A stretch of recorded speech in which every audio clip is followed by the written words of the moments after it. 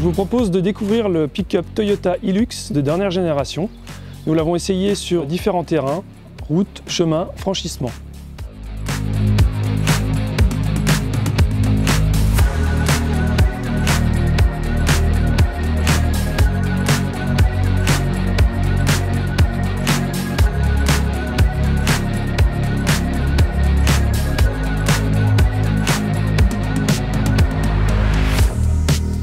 Son dernier stylage, le Hilux se différencie par sa face avant remaniée, assez modernisée et avec un rendu plutôt sympa, notamment au niveau des feux. Il adopte une nouvelle calandre particulièrement bien finie.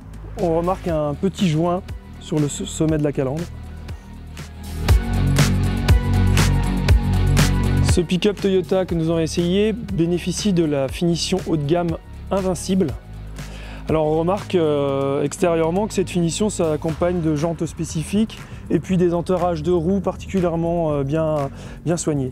Le pick-up Toyota conserve son côté rustique avec son châssis échelle et sa suspension à lame. Alors ça a un avantage par rapport à la capacité de chargement, la suspension s'écrase peu. Et par contre, sur la route, ça a le désavantage d'avoir un confort un peu ferme avec quelques sautillements sur les routes un peu dégradées. La suspension à lame devient un peu plus confortable lorsque la benne est chargée. On a observé ça en chargeant une balle ronde de 300 kg. Sa suspension à grand débattement offre un très bon comportement dans des situations très escarpées. La capacité de franchissement du Hilux est vraiment remarquable. La benne du Hilux a une bonne capacité dans la moyenne de la catégorie, dans cette configuration cabine approfondie. Par contre, la caisse ne compte que 4 anneaux d'arrimage et dans cette finition invincible, on aurait pu s'attendre à avoir un bac de coffre pour protéger la caisse et une protection de la porte. Avec le renouvellement du Hilux est apparue une nouvelle motorisation. En plus du 2,4 litres diesel de 150 chevaux, il y a le 2,8 litres de 204 chevaux, toujours en 4 cylindres. Cette motorisation permet à l'Hilux d'avoir une capacité de traction importante. Ce pick-up dispose de marchepieds pratiques pour entrer dans l'habitacle. En revanche, en franchissement, ils sont un peu exposés car ils sont un peu plus bas que la caisse et ils débordent un peu trop. Le moteur 4 cylindres de 204 chevaux avec sa cylindrée de 2,8 litres apporte un couple intéressant pour ce pick-up. Il est relié à une transmission automatique à 6 rapports.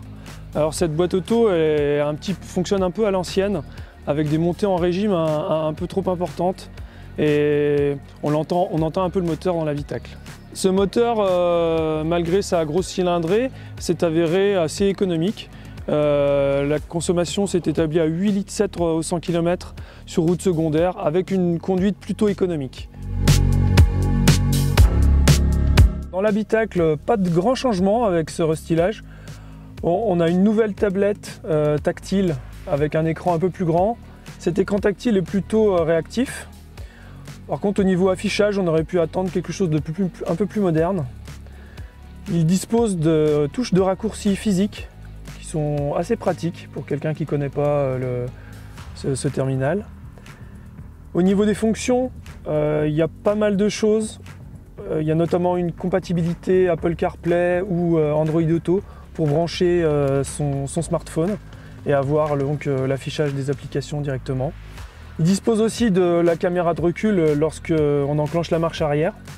Deuxième nouveauté dans l'habitacle, c'est le tableau de bord qui a été modernisé avec un écran central assez bien fait, des menus dans lesquels on navigue facilement et puis quelques petites particularités comme l'indication de l'angle de braquage des roues qui peut nous faciliter la tâche quand on est en franchissement ou voire quand on est en phase de stationnement.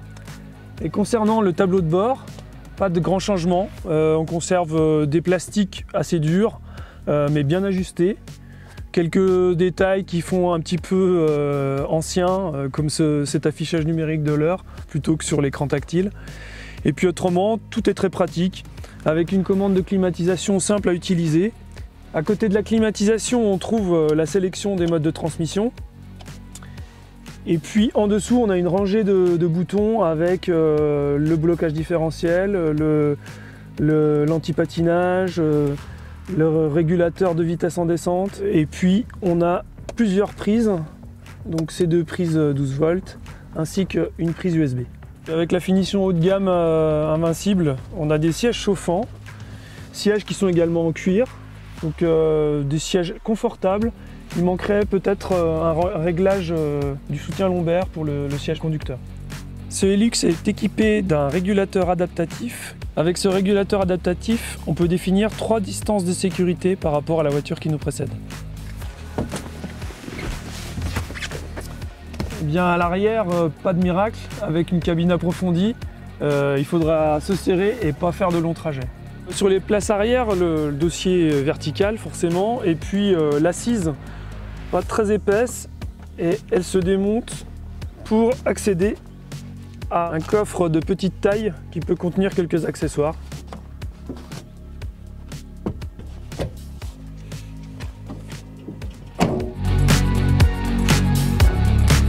Sur le plan d'entretien, le gros 4 cylindres du Hilux prend pas tellement de place finalement, puisque les accès aux différents points sont assez simples. Batterie, le filtre à gasoil, les niveaux de liquide de refroidissement, de la direction, et puis la jauge à huile très facile.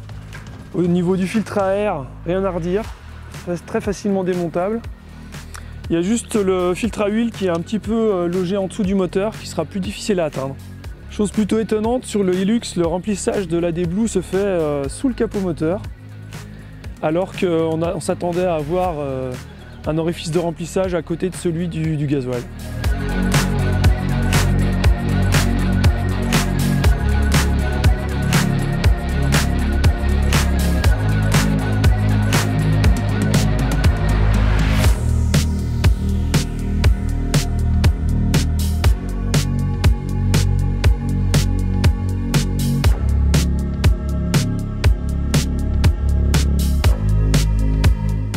Donc après une semaine d'essai, on confirme que le Toyota Hilux se bonifie avec ce nouveau moteur de 204 chevaux qui lui apporte plus de couple, notamment pour la traction.